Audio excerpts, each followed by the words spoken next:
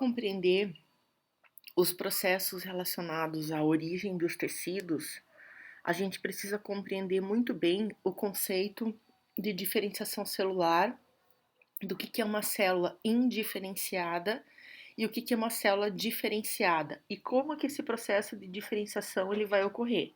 Então é isso que a gente vai ver nas duas videoaulas de diferenciação celular e origem dos tecidos.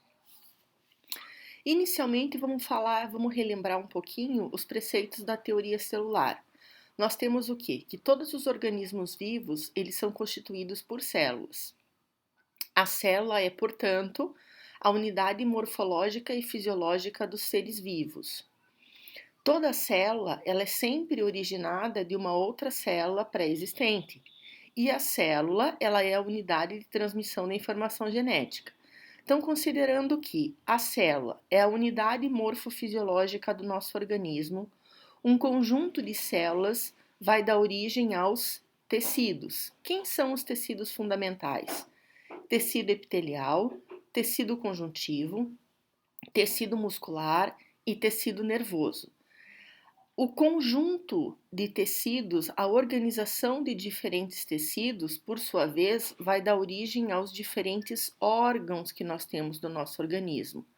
Vários órgãos constituem os diferentes sistemas e os vários sistemas constituem o organismo como um todo. Todos esses tecidos, eles vão ter um processo de formação a partir do quê? A partir de um folheto embrionário, que vai ter suas células fazendo o processo de diferenciação celular para poder dar origem a esses tecidos. É isso que a gente vai discutir. Então, o que compreende o processo de diferenciação celular? É o processo onde uma célula se especializa, ou seja, ela vai passar a realizar, a partir de uma célula indiferenciada, ela vai se tornar uma célula especializada em realizar algo de forma extremamente eficiente. Então, ela vai realizar funções específicas. Um exemplo para isso, por exemplo, vamos falar da célula muscular. Ela é uma célula que se especializou em realizar contração muscular a partir de uma célula indiferenciada. Então, ela realiza de forma extremamente eficaz a contração muscular. Diferente também de uma célula, por exemplo, do intestino, que é uma célula que se especializou em fazer absorção. São os enterócitos, que vão apresentar lá na sua superfície apical o quê? Microvilosidades para aumentar a capacidade absortiva. Então, uma vai realizar de forma extremamente eficiente contração muscular e não consegue realizar a absorção. A outra realiza de forma extremamente eficiente a absorção e não faz contração muscular. Isso serve para todas as outras células especializadas num indivíduo adulto.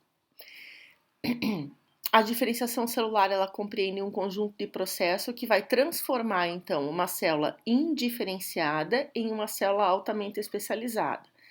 E como que começa esse processo? Esse processo, ele começa com a fecundação e a formação do zigoto aqui com a membraninha de fecundação.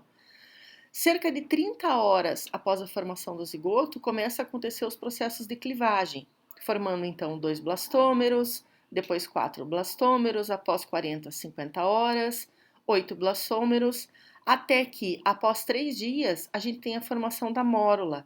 A mórula, vejam o que está acontecendo aqui, ó.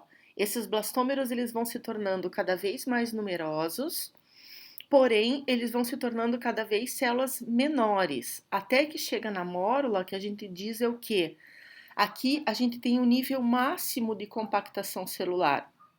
Os blastômeros vão passar, a partir daqui, a ter um comprometimento gênico diferente entre si. Por quê? Na mórula, alguns blastômeros, para formar o blastocisto, vão ter um comprometimento gênico relacionado a dar origem ao trofoblasto, que é a camada externa do blastocisto, após 4 dias, e alguns blastômeros vão ter um comprometimento gênico a dar origem ao embrioblasto, que é a massa celular compacta que se encontra dentro do blastocisto, que vai dar origem ao embrião. Onde esses processos vão estar acontecendo? Esses processos vão estar acontecendo ao longo da tuba uterina. os processos de clivagem, porque a fecundação ela ocorre ainda na tuba. Aqui a gente tem a liberação do óvulo ou do ovócito, ocorre a fecundação, no momento da fecundação, aqui, forma-se o zigoto e começa a haver o processo de clivagem com a formação da mórula ainda na tuba uterina, chegando na cavidade uterina como blastocisto, apresentando, portanto, duas camadas.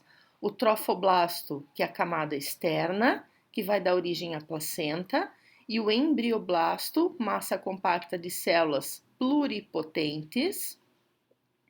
Por que pluripotentes? Porque são células que vão poder dar origem a toda e qualquer estrutura do embrião. Essa estrutura é aquela estrutura que vai perder a zona pelúcida e vai estar pronta para fazer a implantação na parede do endométrio. Então, aqui, a gente tem aqui o blastocisto com o trofoblasto e o embrioblasto. Quando a gente isola essas células do embrioblasto, elas são células pluripotentes, porque essas células vão poder dar origem a todos os tipos celulares encontrados depois no embrião, que são o quê? Neurônios, podem ser células musculares, células sanguíneas, células de gordura, células dos rins, células dos diferentes tipos de glândula. Então, aqui que acontece? Essa célula é uma célula indiferenciada. Ela tem uma grande potência. O que é a potência de uma célula? É a capacidade que uma célula tem de dar origem a células diferentes dela mesma. Então, ela tem uma alta potência, as células indiferenciadas. Enquanto que as células diferenciadas, encontradas nos diferentes tecidos e órgãos, são células especializadas, neurônios são especializados em fazer sinapse, células musculares em fazer contração muscular, as hemácias especializadas em trocas gasosas. Essas células, elas têm uma baixa potência. Por quê? Porque elas não dão origem a células diferentes delas mesmas. Elas vão dar origem a células iguais a elas mesmas quando conseguem fazer mitose.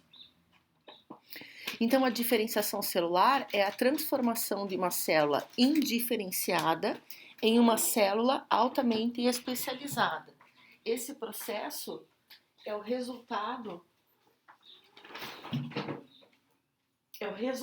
de um processo de controle da expressão gênica. Esse controle da expressão gênica, onde diferentes genes vão sendo expressos, vão definir as vias bioquímicas dessas células e a morfologia dessas células e vão tornar essas células, então, eficazes em exercer uma determinada função em detrimento a várias outras funções que elas poderiam vir a realizar, se tornando, portanto, células, então, especializadas. Então, a potência, como a gente já mencionou, é uma capacidade de uma célula de se diferenciar em diferentes tipos celulares. Dessa forma, então, o zigoto, ele é uma célula totipotente, porque ele tem possibilidades máximas de desenvolvimento. Ele vai poder dar origem a toda e qualquer célula do embrião. Já a mórula, ela não é uma célula totipotente, ela tem possibilidade de desenvolvimento. Por quê? As suas células vão se tornar geneticamente comprometidas em dar origem ao trofoblasto e o embrioblasto. E no blastocisto, a gente tem células que são pluripotentes, que estão no embrioblasto. São possibilidades mais restritas, porque essas células vão dar origem aos 3 folhetos embrionários, que vão sofrendo várias modificações ao longo de mitoses sucessivas e vão também se especializando, dando origem a diferentes tipos celulares. Então, a gente vai ter o quê? Que à medida que a divisão celular vai acontecendo, ao longo da embriogênese, vai havendo a determinação ou então o comprometimento gênico do destino celular estabelecido. À medida que isso vai acontecendo, a gente vai tendo que genes eles vão sendo ativados ou não em momentos específicos, estabelecendo dessa maneira, então, expressão gênica diferencial em cada uma das etapas. Vai determinando o processo de diferenciação celular, sempre com a manutenção do material genético. A gente continua na próxima videoaula para ver o restante do conteúdo.